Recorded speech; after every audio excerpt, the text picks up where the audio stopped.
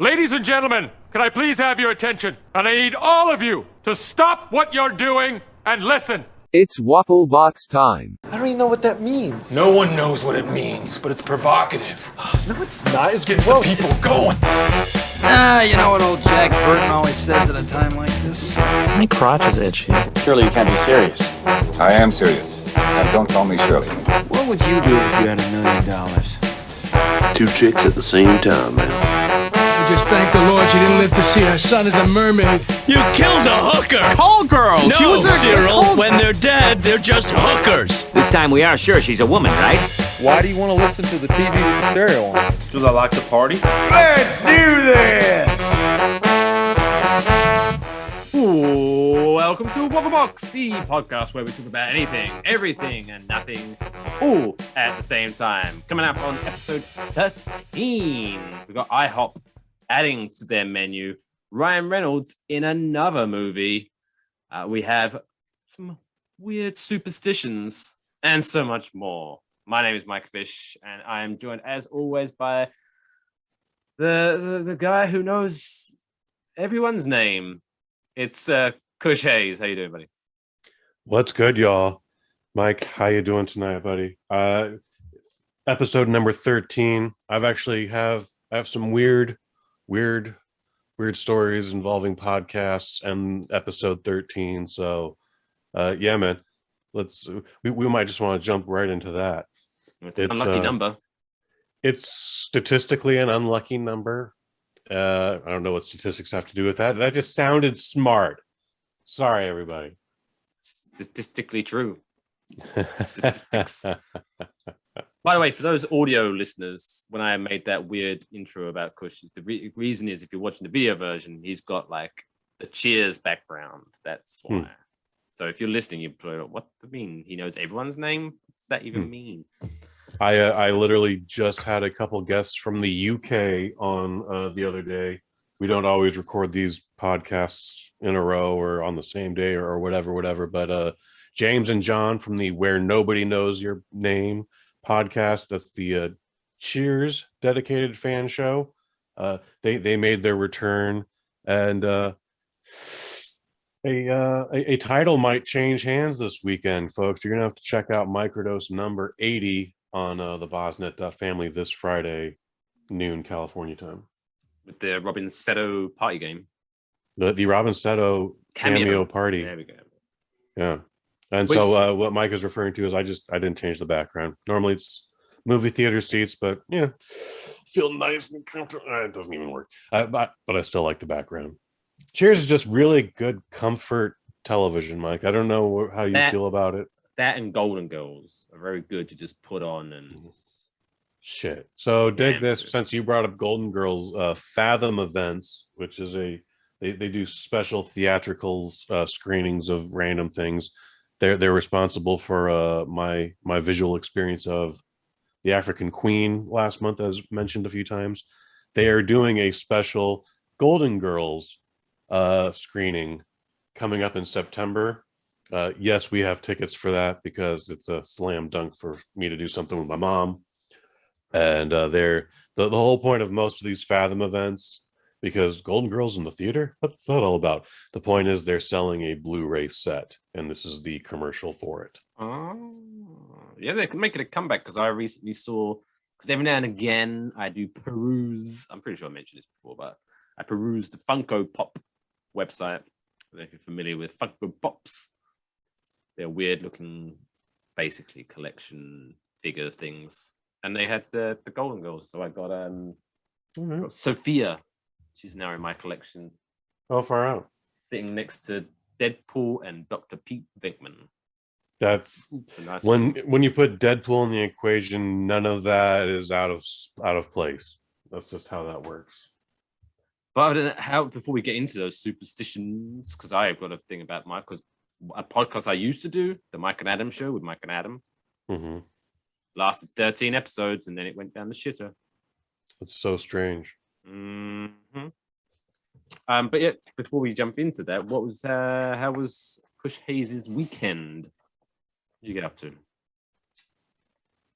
So Facebook is a fascinating tool that not everyone uses properly, but it was used properly this weekend. So a member of my mother's church has decided he needs to clear out his storage space out in the city of Redwood, California.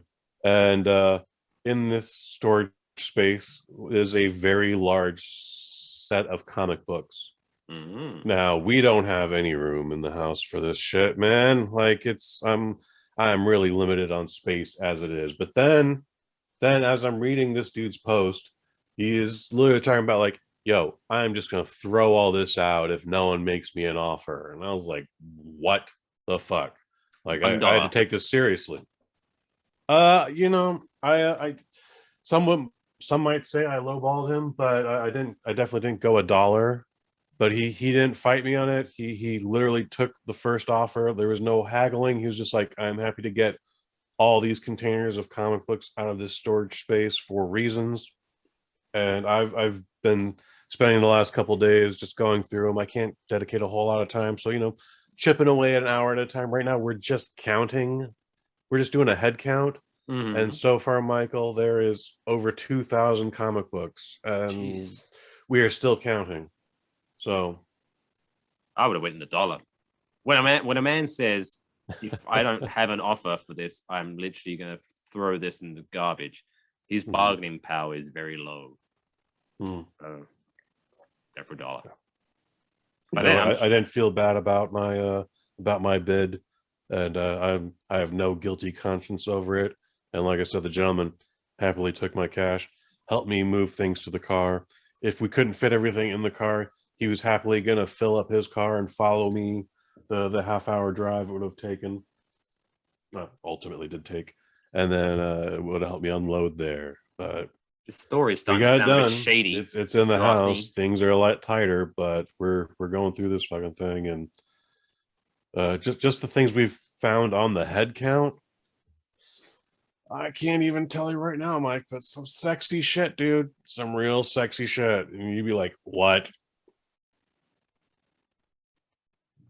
What kind of comic books are these? Real classics, dude. Real classics. I don't know. This seems. Are you gonna get like raided or something? Because this sounds like he would have taken any offer to get these comic books. He was even willing to drive them 30 minutes there and 30 minutes back to get rid of them. Like someone that desperate to get rid of something is hiding something.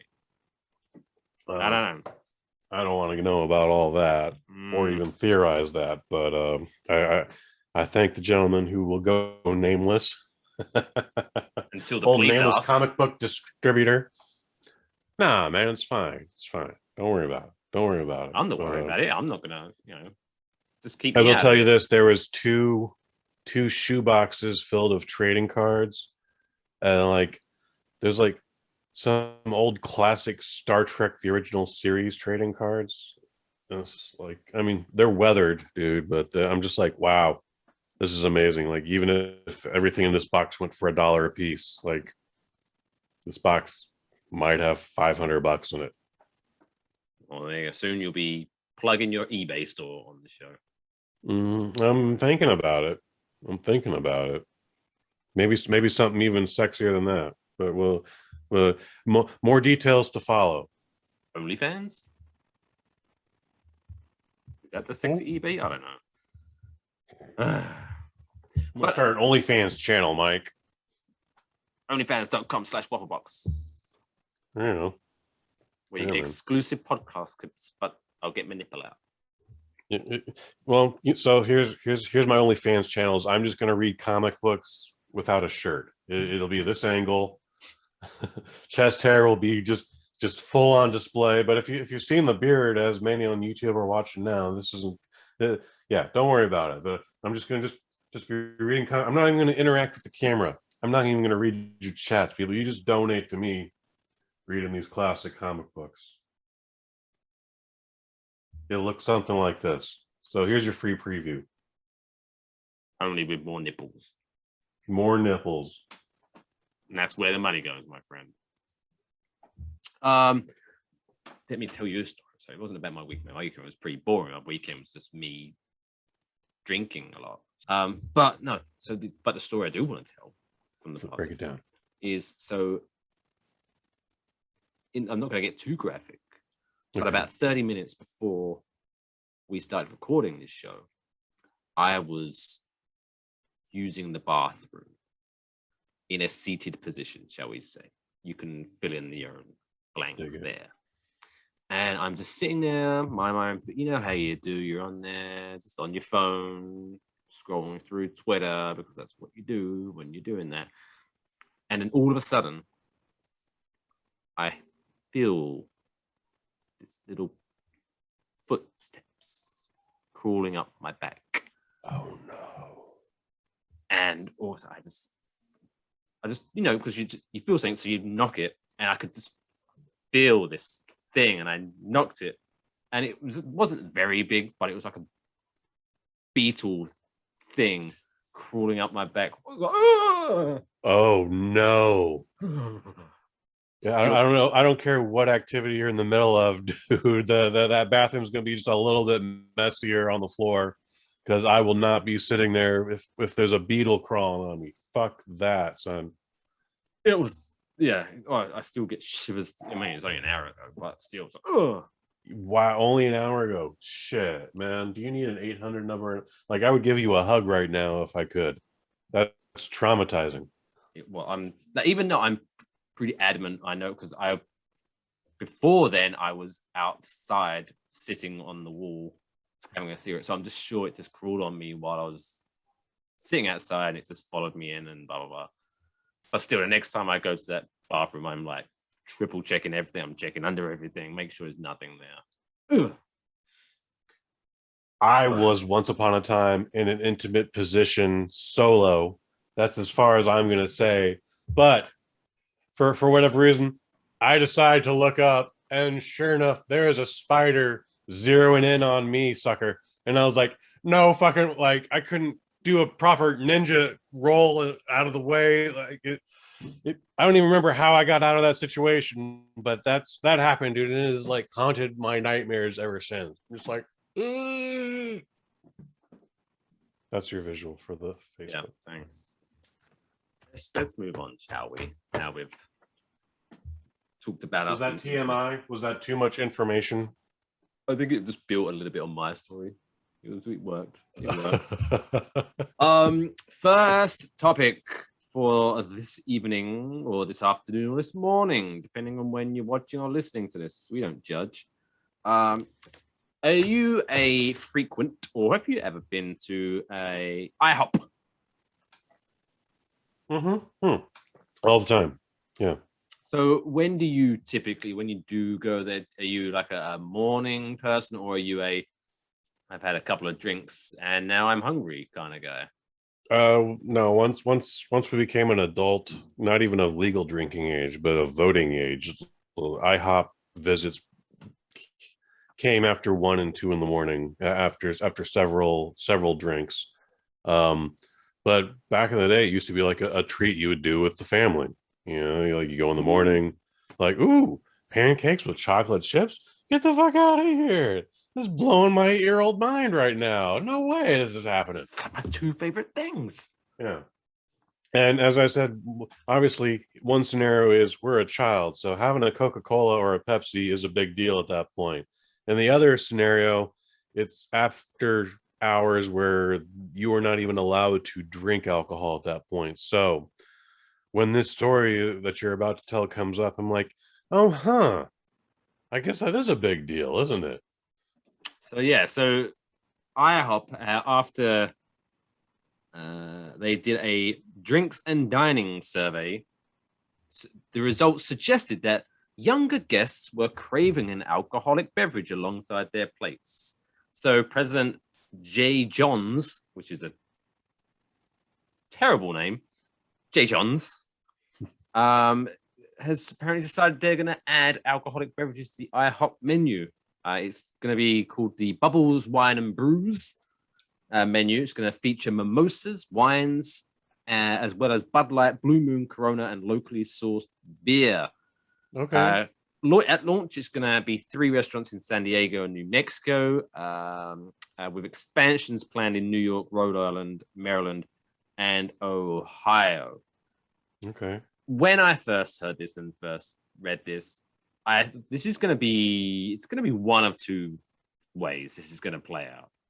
There's going to be no middle ground. It's either going to end up amazingly, and iHop's going to be like, why didn't we do this sooner? And then other places are going to try to do the same, like Wendy's and all that crap. Or this is going to end where the usual crowd of people who are wasted and just think, I need something to eat. They go into iHop and they're going to see, oh, I can have another beer. Mm-hmm. And it's going to be fights or vomit or both all over the place. It's going to be so there's already fights and vomit all over the place at IHOP at 2 a.m. as it is. Oh, nice. So, but what's going to happen is if it gets to that point where they'll just remove the alcohol menu at that hour. That's not that hard to do. 12 tables, 16 tables, 14, whatever. I mean, the tables, man. It's one of the things where, like, I've gone into Denny's, which is, it's not really very different. They don't say pancakes are a specialty, but they still have them. And it's every now and then I get thrown off like, oh yeah, they don't even sell beer here because that's just never been their thing. I definitely see them making money off of this, but I don't see this being any different than what you would have at your local movie theaters right now, your AMC's, your Regals, even your Alamo Draft House, where they have a bartender, but the bar is literally only open between X and Y, and it closes well before last call, and it's not going to be an issue, and the drinks will also be slightly more expensive than you would find at your normal bar. So what I love is that, according to the report, the culinary team, so IHOP has a culinary team. Burger King, Taco Bell, they all got them. It sounds weird, but they're there.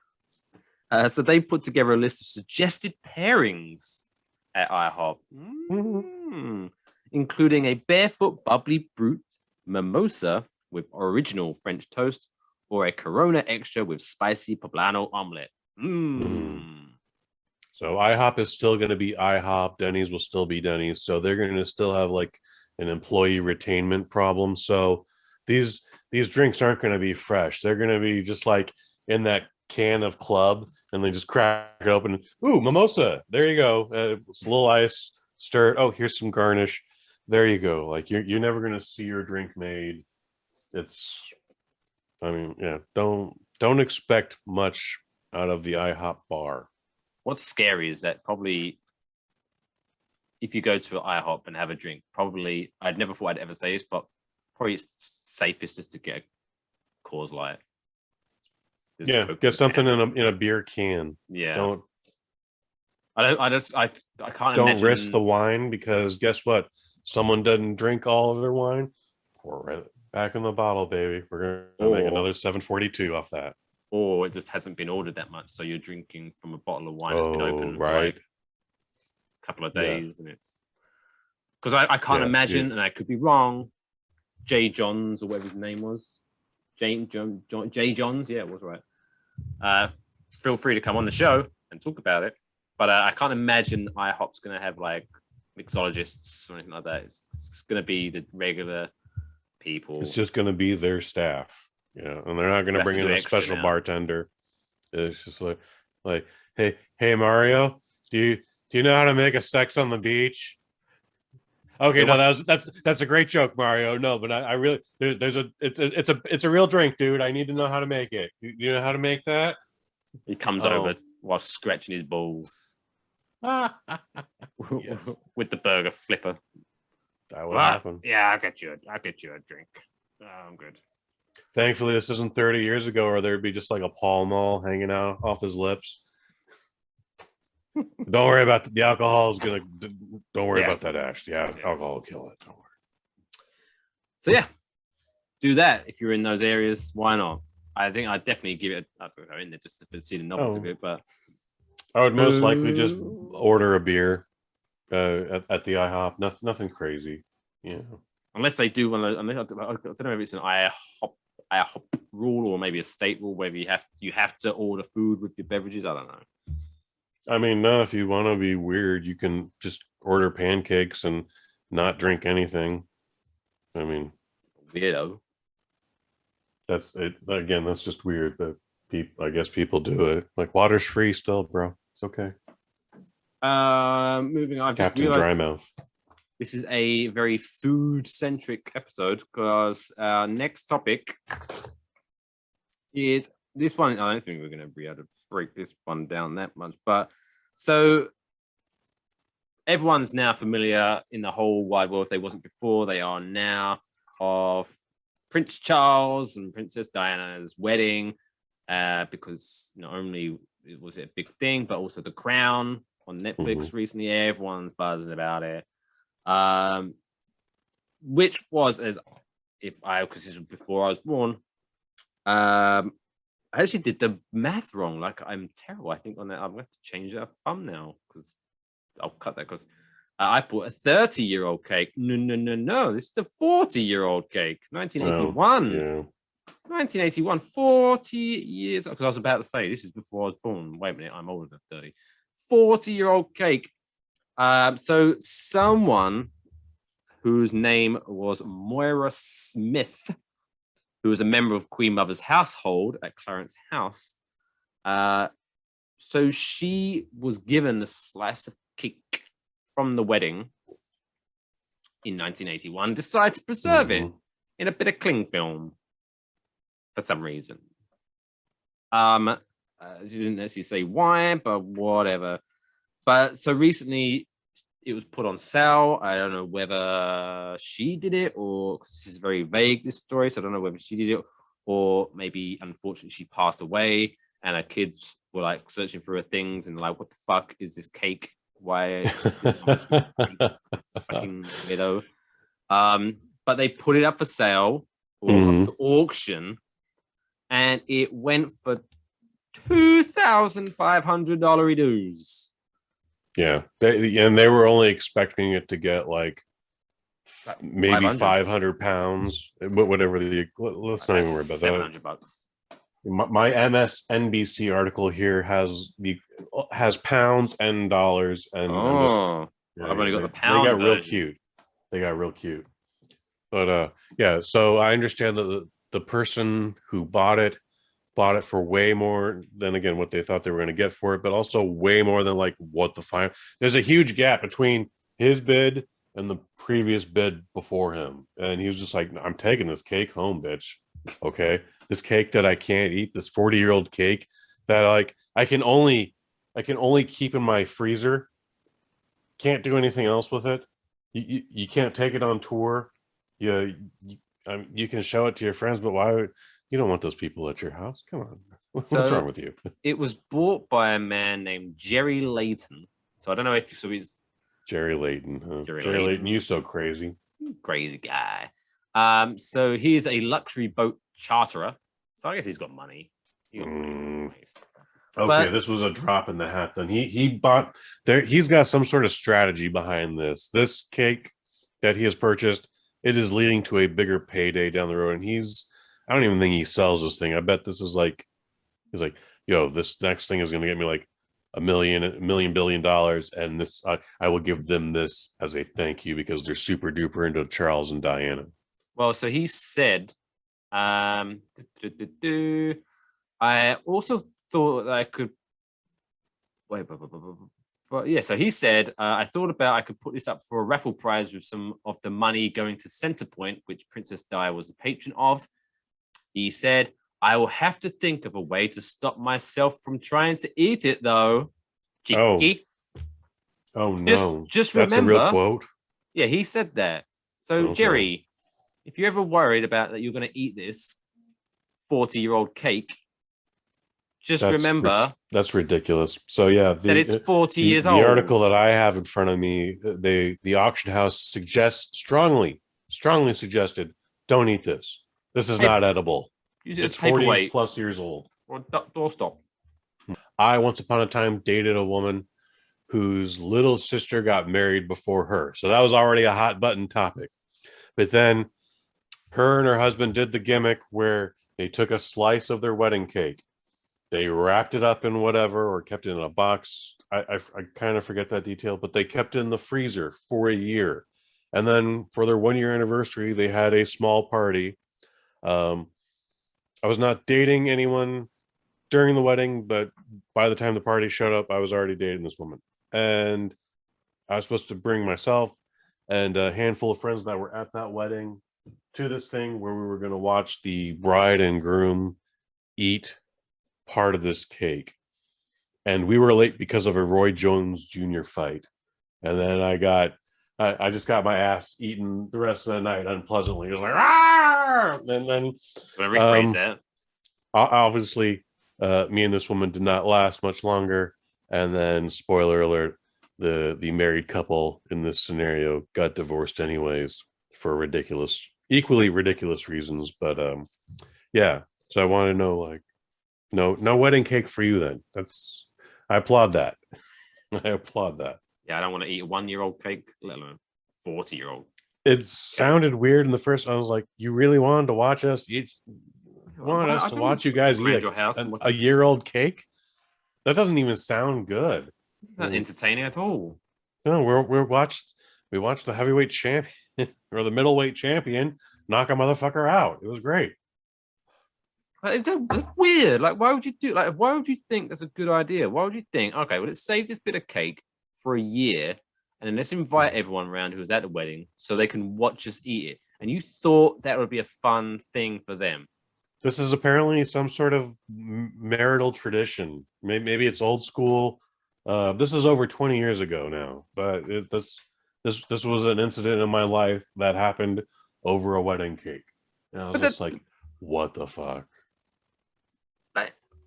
But that's, and then, like I said, they got divorced. If you flip that instead of food and you made it into drink, like we saved a bottle of champagne from our wedding, and then 1 year later, come on around and you can watch us drink it.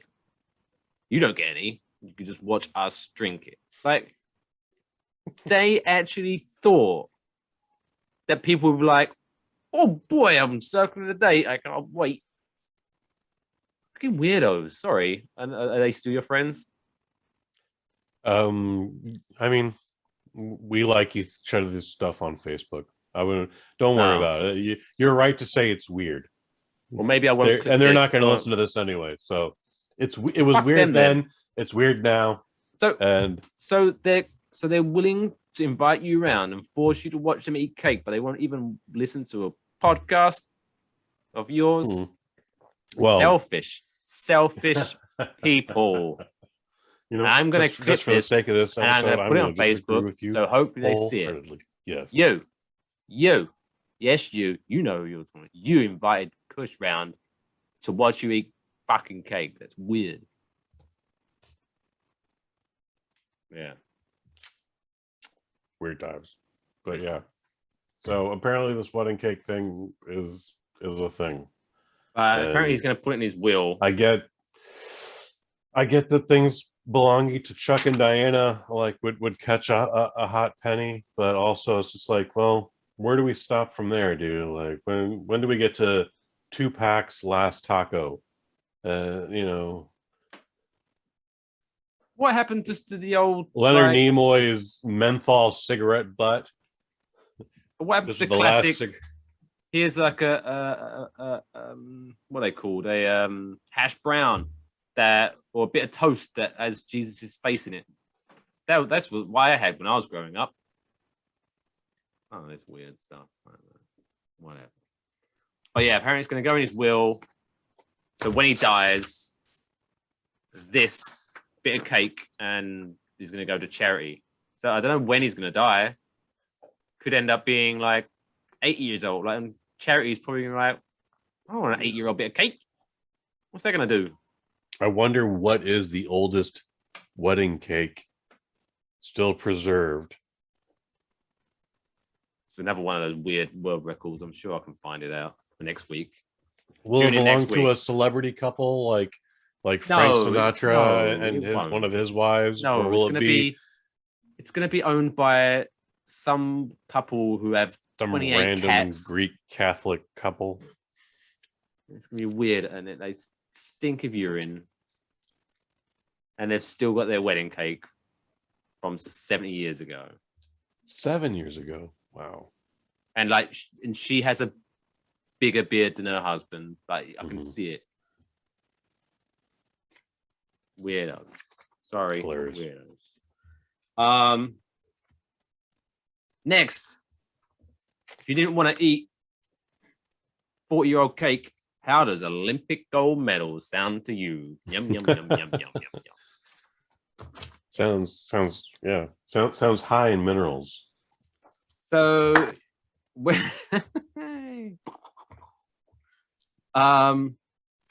so when I sent you this story, this is the story that you was most interested in when I sent you. Mm-hmm. So, Olympic gold medalist is apparently due to get a new gold medal sent to her after. So this woman, Miyu Goto, who won gold medal in softball, I believe it was, and so she went back to her hometown as a hero. Woo! She won! Yay! And so she's at this thing with the mayor. The mayor's name Takashi Kawamura, and the first thing he did was just bite the damn stuck in thing. his mouth,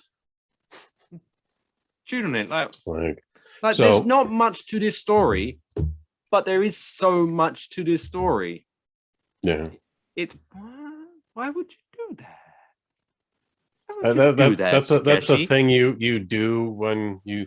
I've only seen it in TV and movies from back in the day, where during like the 1849 gold boom, where like someone would take a little plate of gold and to make sure it was really, and apparently you're supposed to be able to just bite into it just enough, and you're like, oh yeah, that's soft enough, that's real gold.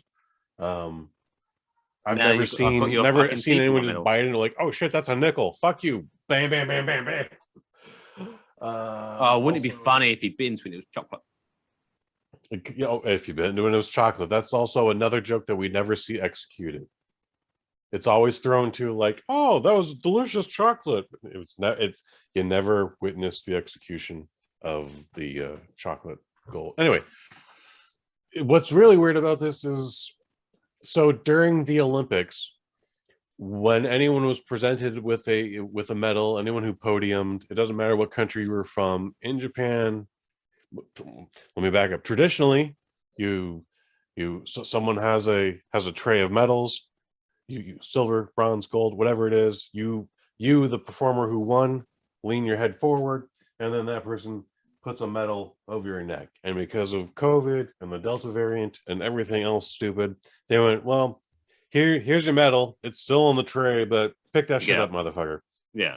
And folks did. And then all three of the athletes would actually get together and do all buddy, just photo bomb like that. And it was like weird times, kids, weird times.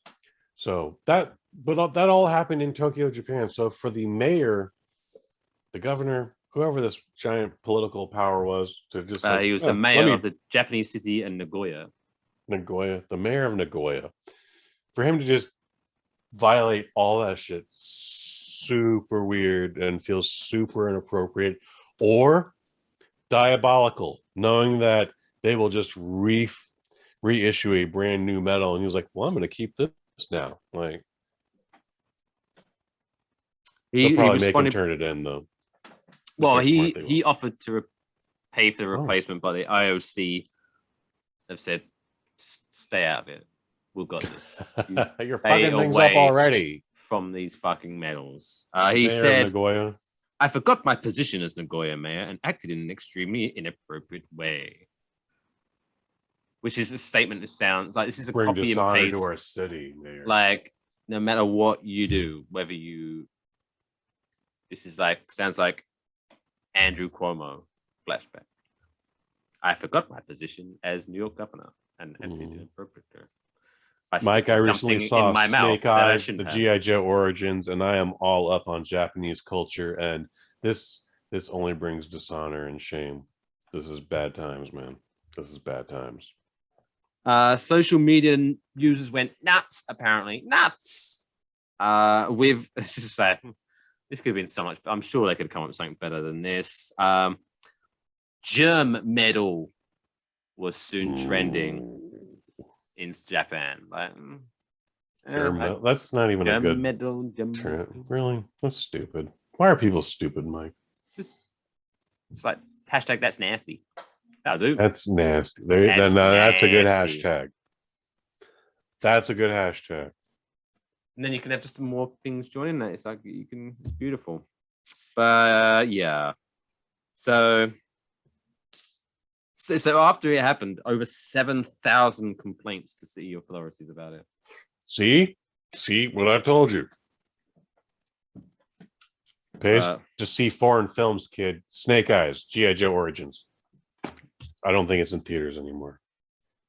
I love it in the article. It says, biting medals is a common quirk at the games, but usually reserved for the winners. Yes, that makes sense. The Tokyo 2020 organizers appeared to make light of the incident when they tweeted, "We would just like to officially confirm that the Tokyo 2020 medals are not edible." It's weird that you would have to actually put that disclaimer out there, but this is where we are now, folks. This is where we are now. You have to put a disclaimer on everything. Like I remember, so there's a bit, Ricky, are you familiar with Ricky Gervais, right? Yes. He came up with a great idea, right? Mm-hmm. So because you have, the example he gave is like on the bottle of bleach. If you buy a bottle of bleach, it says on there,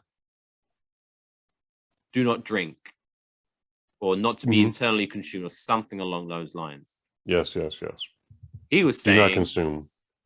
Like, for every election that your country has, for 2 years leading up to that, they should just remove that warning and then have the election.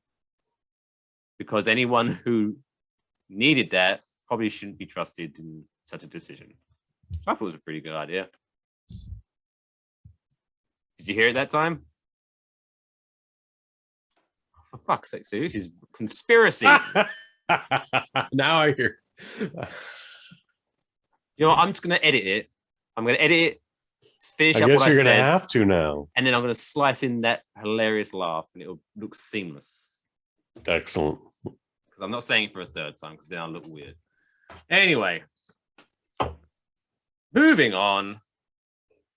Speaking of, I don't know, because it is our 13th episode.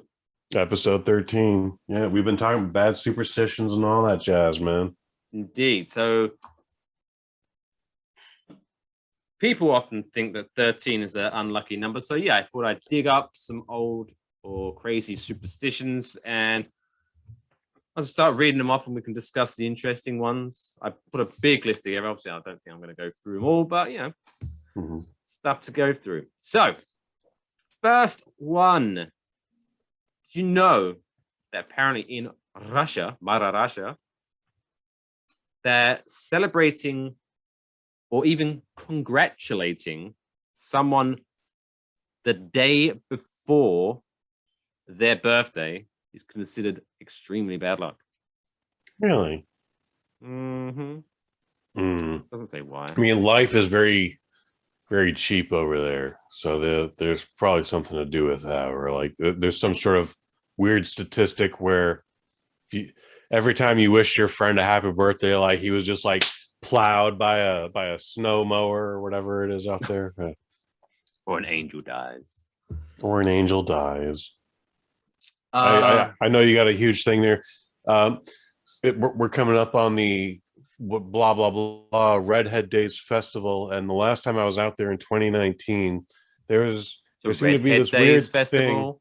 The Redhead Festival, Redhead Days Festival. It's a good time, lots of fun, and when we were out there during the bar crawl, we're still among smokers, and every now and then someone couldn't find a light or whatever, so they would just grab one of those candles off the table and they would attempt to light. Multiple times were blocked, though, and these were the two main reasons. One, you're going to get that wax in your lungs, and that's bad for you. Okay, don't Wax in the lungs, bad. Wax in the lungs is bad. Then someone hit us with the superstition. It's if you light a cigarette wax, it's on a luck. from a table candle, the fisherman will not come back to port. And then we explored this superstition, the fishermen of Holland. Okay. So if one person lights a cigarette from a candle, the entire fishing industry is fucked. Well, at least that one guy will like fall overboard, or maybe the entire boat does get wiped out. Which we one? don't know, but we did explore that. We're just like, wait, oh my god, are you on the Are you on the boat? No, when you're lighting not on the boat. Okay. No. So how do you This know is like specifically this which is like fisherman's going to die? This is like you're a fisherman and your wife really needed to light that true blue cigarette, and then she just couldn't find matches. But there was the table, so she lit that, and then you're out there fishing, and then sure enough, just like a wave just topples you and pulls you into sea, and that's it. And you come home. Well, the boat comes home, maybe, but you're not on it because you're dead. And then, like, she's got to raise the children, Mike, and the puppies. And then she can't be seen at church anymore. Like, no one will marry her. They're like all these consequences came because one of us lit a cigarette off a table candle. So okay. So if you're related to a fisherman. You don't even have to be related. That was just one instance. I'm still trying to work out which fisherman dies. Like, how does the world all of work? them? Any of them? One of them. So okay. So if I was to light a cigarette from a candle, the universe would just pick at random a table candle. It's got to be like a restaurant table or a bar table candle. This is so specific. Well, maybe it's not so specific, but these were the instances that we were at. So. Say there's like 10 fishermen out at one point, and they're just minding their own business, and all of a sudden this light shines down, like, doom, doom, doom, doom, doom, doom, randomly selected one. They're like, oh fuck's sake, someone lit a cigarette again, Jesus Christ! And then one of them is. Well, that sounds like the rapture, and in those cases, those fishermen would all be saved. They'd be raptured. They'd be taken to a better place, whereas the rest of us would be left here on this mortal coil called Earth. The moral of the story is always have a lighter handy. Always at least keep a pack of matches in your back pocket, kids. Otherwise, a fisherman. She can't go to church anymore, Mike. No, because she killed her husband because of her fucking smoking habit. Smoking kills, kids. Mm-hmm. There you go. What else we got on this list? Well, that's one.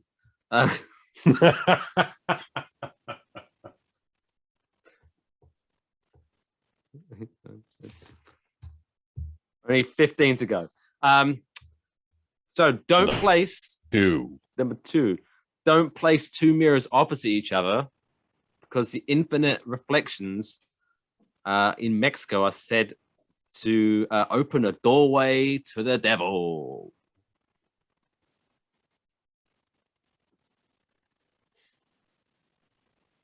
You didn't hear any of that, did you? Something about a doorway. Right. Scratch that one then. That wasn't very good. Don't cheers with water. Have you heard that one before? Never heard of it. So in Germany, German superstition declares that if you cheers with water, you're actually wishing death upon the people you're drinking with. Oh my God. Which is funny because in my culture, it's almost the opposite. If I cheers someone who's drinking water, I am wishing death upon them. It's quite funny how that works out. Yeah, you're trying to be accepting. I hope that's what you said. Like, get a fucking real drink, or don't cheers me, weirdo. Next. Speaking of Japan. What was you gonna say? I was gonna say, you ever notice when like people like cheers with shots? Every third asshole has to do this thing where they smack it on the table and then drop it back and then smack it down one more time. Like, it's very specific. And then they go, salute. And you're like, your ass ain't Italian or speaks a word of Latin. What the fuck are you doing? I never understood that, banging on the table. Okay, so it's not just me. Okay, no, good. Just fucking drink it. Thank you. Thank you, Michael. Welcome. Japan. So part of the feng shui everyone's familiar with is Japan. Do you know why they do that? Why do they do that? So in Japan, apparently, according to this good, I think it was Good Housekeeping website. So if this is wrong, blame them, not me. Good Housekeeping Japan? No, it's just regular Good Housekeeping.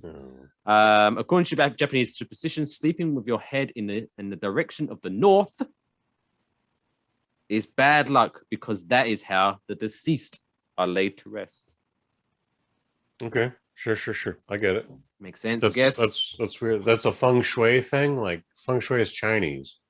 So, and then, all right. So there's some things. Right? So as I was reading through these, this is definitely that's good housekeeping, though.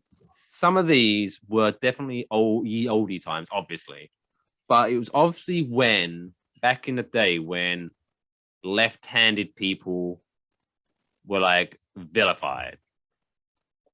All right, because I remember back in it, I don't know what it was like here, but I remember like back in maybe like late 1800s, early 1900s, even as far as them, like if you was left-handed, right, they would tie your left hand behind your back and force you to learn to right-handed and crazy shit. Yikes! Why? Redheads used to also be burnt at the stake as well. Yeah, for being witches. Not a competition, Kush.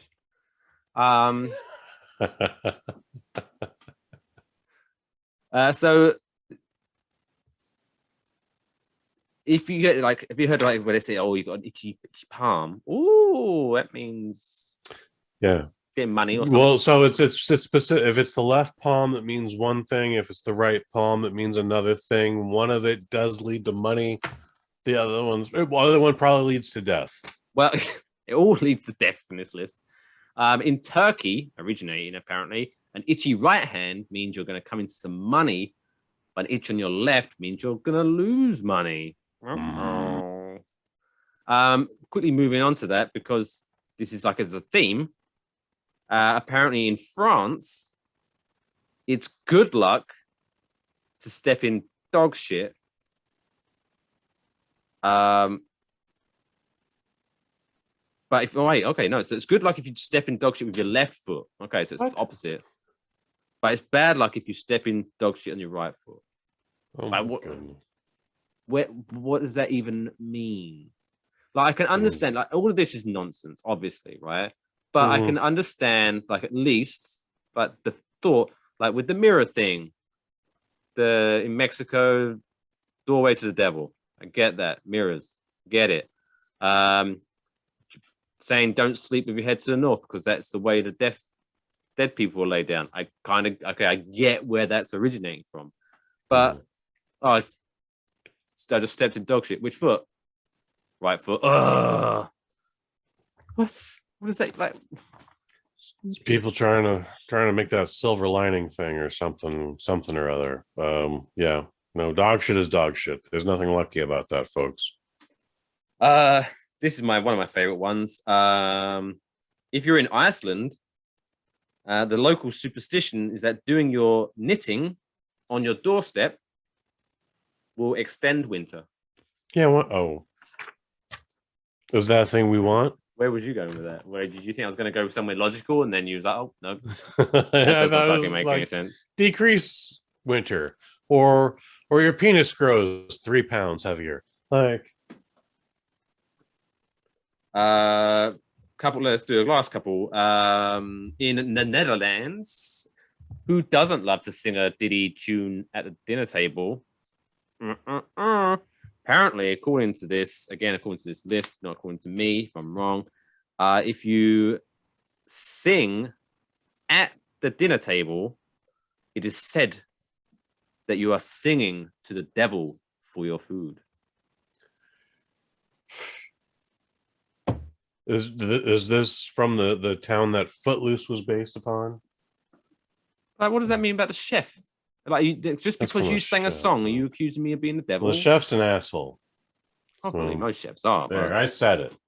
No one else is brave enough to say it. The chef's an asshole. Okay, these are definitely last two, right? I thought I was going to do one more, but then these last two, I purposely, because I wrote this list a little while ago, purposely kept these two as my favorite because they involve children and Dig it. Children are hilarious.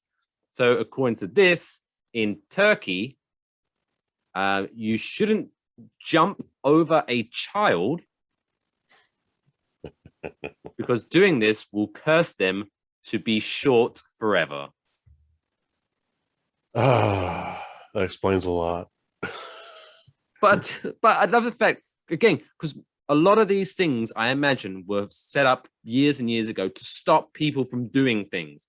We want you to stop doing these things, so we're going to make you think that it's bad luck. Well, so here's the deal. Turkey, you try and jump over a child, you end up kicking the child in the head, thus stunting his growth. Therefore, that's bad luck. Like, but apparently there's so many perfect people, math on that. So many adults just jumping over children. That was, I've got to put a stop to this. All these children jumping.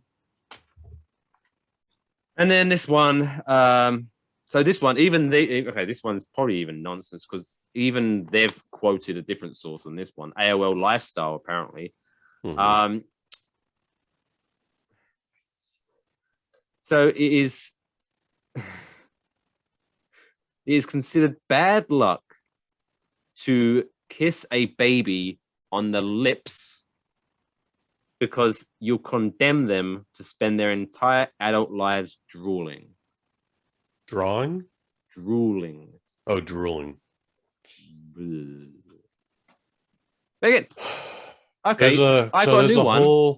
I got a new one. Whole segment of the population where don't kiss babies on the lips. It's your weird. favorite uncle kissed your newborn baby, but Uncle Pete's kind of a freak, and now your baby has oral herpes. And that's the whole thing. So maybe it comes from that. Don't fucking kiss the baby because we don't want your fucking STD. From Auntie Susie, who isn't a real aunt. I know. You met her on the corner last week. She's not a real auntie. I've seen her before. But yeah, weird superstitions. So again, if we've learned anything from that section of the show, don't kiss babies on the lips. Don't jump over kids. Don't kiss babies that aren't yours, motherfucker. And don't light cigarettes with candles. Otherwise, the fishing trade will collapse worldwide. Yeah, one or two. No one's missing those guys. Don't worry about it. Okay, let's wrap this show up with your favorite segment. The everybody gets naked and hands me money segment. I think that might be episode 100. Maybe we might put that in. But no, this is Kush's movie review. And once again, I think even only after 13 episodes, we're already repeating. It's Ryan Reynolds again. He is back. This time in Free Guy, where he stars as a non-playable character in a movie, in a video game, I should say, sorry. Hilarity ensues, I'm sure, right? I haven't seen it yet. Well, if you're me, no. If you're everybody else, though, this movie is definitely a crowd pleaser. Curmudgeon. Right. Just for the sake of argument, sure. There's every now and then a movie pops up where festival about this. Every now and then a movie pops up and it's like everybody and their mom loves this fucking thing, and then I'll be like, this was some bullshit. And here are the reasons why. But it's a very my one example I always have is people loved The Dark Knight Rises, and I was just like, this movie was some bullshit. And then it got popular to hate on. But that's the third one, right? Yeah. Yeah, we're I believe we're in a situation like that. I think folks are gonna make fun of Ryan Reynolds' Free Guy in like 3 years, and is this replacing Green Lantern as the Ryan Reynolds bad movie? No, not even. Free Guy is what happens when you say, "Hey, the Lego Movie was successful. Hey, Ready Player One was successful. Hey." Wreck-It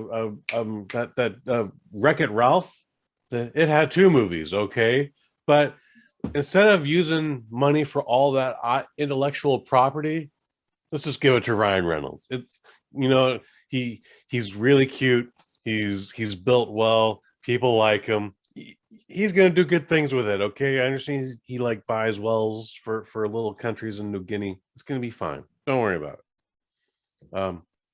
Free Guy is the same thing as all of those movies minus the intellectual property, which I think one would think would be a good thing, but just it does nothing for me. None of those movies did anything for me. This one does even less. Well, thanks for tuning in. Questions, Mike? What was it? So what was it? So was it a bad movie or was it just this is just Ryan Reynolds being Ryan Reynolds in a different wacky scenario? As we discussed during the Hitman's Wife's Bodyguard, like Ryan Reynolds is still entertaining even as Ryan Reynolds, where he says cute and quippy things, and then he does this and he talks in this inflection, and people love it. And 9 times out of 10, it's really good for just a chuckle. And I was in one of those places where I'm just exhausted, and I at least need a nice little quip. I need a chuckle. I need anything. Ryan Reynolds is guaranteed to give it to me, and I got nothing out of this. The audience that I was with, it was a Friday night audience, and they were there for a good time, and they, based on previous Ryan Reynolds movies, they could have been louder. I'll just say it. They could have been louder. However, everyone online seems to be loving this. I'm finding very few negative reviews. I might even be the only one. And if that's true, I'm prepared for that damnation. But stand up for your right, man. Stand for your beliefs. Like this was a thing where this movie was made just as the Fox to Disney acquisition was happening. So it was still being produced as a Fox movie, and there's all these Fox properties we could have had. We could have had Ryan Reynolds versus the Predator, Ryan Reynolds versus the Alien. Like those were all been very fun video game scenarios that we're not uncommon with, and they couldn't do that. And then once the transition to Disney happened, again, you still have all these Disney properties. We get actually two Disney property cameos. I think those got actually the most noise, but at the same time, you're just like, all right, I guess that happened. And then we move on. It's the story. What's the story about Kush? It's very simple, much like the Lego movie. Hey, this character in this world who has a destiny, who's only been created for one purpose. He's like, well, Mike, what if I did this other thing? How about that? What if I wasn't the bank teller? Yeah. What if I just wanted to do something else? I want to play the drums on a motorbike. The drums never come up, but that's a scenario he could have totally played. And there we go. It's there's some plot holes, but again, I feel like this is a Scott Pilgrim thing. Very pretty movie. Nothing really behind it, at least for Kush Hayes. Yeah, I'm getting the feeling then from what you're saying is that it's a very movie. It's just there. Like I get the feeling that you kind of want to trash it, but even your brain's kind of trying to think of. There wasn't anything. There's no substance to it. Like I feel you want to, whether good or bad, you want to say something more, but it's like it's this happened and that happened. It's exactly what I thought it would be, but less. Yeah, it's worse than I thought it would be. I wasn't going in with high expectations. I left just kind of annoyed that I spent 2 hours. 2 hours. This thing could have been 98 minutes tops. It's where it doesn't need to be an odyssey. I'm not trying to talk negative about it. I would like to like every movie I see, but this is one of the things where it's just like, God damn it. What is it that everyone is seeing in this? And maybe it is just a lot of sugar. You know what I'm saying? Maybe it's just like, I'm that deep in the doldrums that like I just need this stupid mind-rotting candy and that'll make me feel better. Like this is rude of me to say, but I feel like if you love this movie, you are suffering severe head trauma. Wow. Soft skull syndrome. Wow.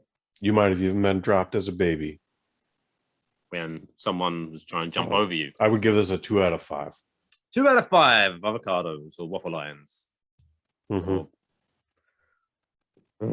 I really should be keeping track of these ratings, but never mind. So you're not hyped up for Free Guy 2 then? No, but it's probably coming. It's probably coming. Again, like you said, this, regardless of what I think, this is a crowd pleaser. So people are walking out of this like, this is the best thing I've seen all summer. This is the best thing I've seen all year. Those are quotes I'm hearing, quotes I'm seeing. I'm sure I'll check it out if it's available to watch for free. But oh my god, Jesus, Kush is throwing up right now. Just got some vapor down the wrong lung. That means yeah, this will be available for rental, I believe, in 45 days. And then yeah, $5. I can see you enjoying this, spending $5 at home. Yeah, I really can. Fandango it. Well, that wraps that up then, I guess. Don't go out your way to see this movie. Wait for it to come out at home. You'll probably enjoy it more. That's what Waffle Box says. Coming up this week between now and episode 14. What do you got coming up on the Bosnet family? This week, like I said, we got the guys from the UK from the Nobody Knows Your Name. Oh, that's podcast. not out yet. You just recorded. It's not out yet. It's not out yet. That drops this Friday, 2 days from now. If this drops on a Wednesday, and then the following week, you got the Kick-Ass Movie Podcast number 4. We're talking Undisputed 2. We got 2 days after that, Microdose 81, where I talked to Bart Rohenwurst.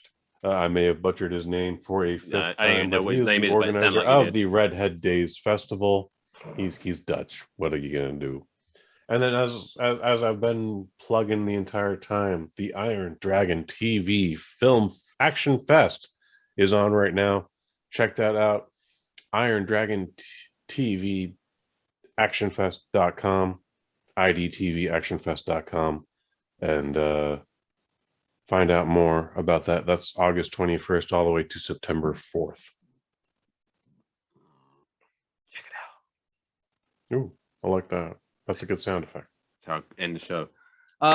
So thanks for joining us. If you are listening to this on wherever you get the podcast, if you want to watch it instead, check it out on our YouTube channel. If you're watching us on YouTube, don't forget to hit the subscribe button, give us a thumbs up, hit the bell thing for your notifications and all that gubbins.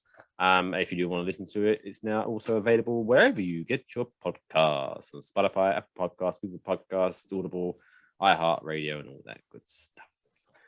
Follow me at Mr. Mike Fish. Follow him at Kush_Hayes. That way. Wait, that way. There he is. Follow us at waffleboxpod.com. But until then, as always, take care of yourself and each other.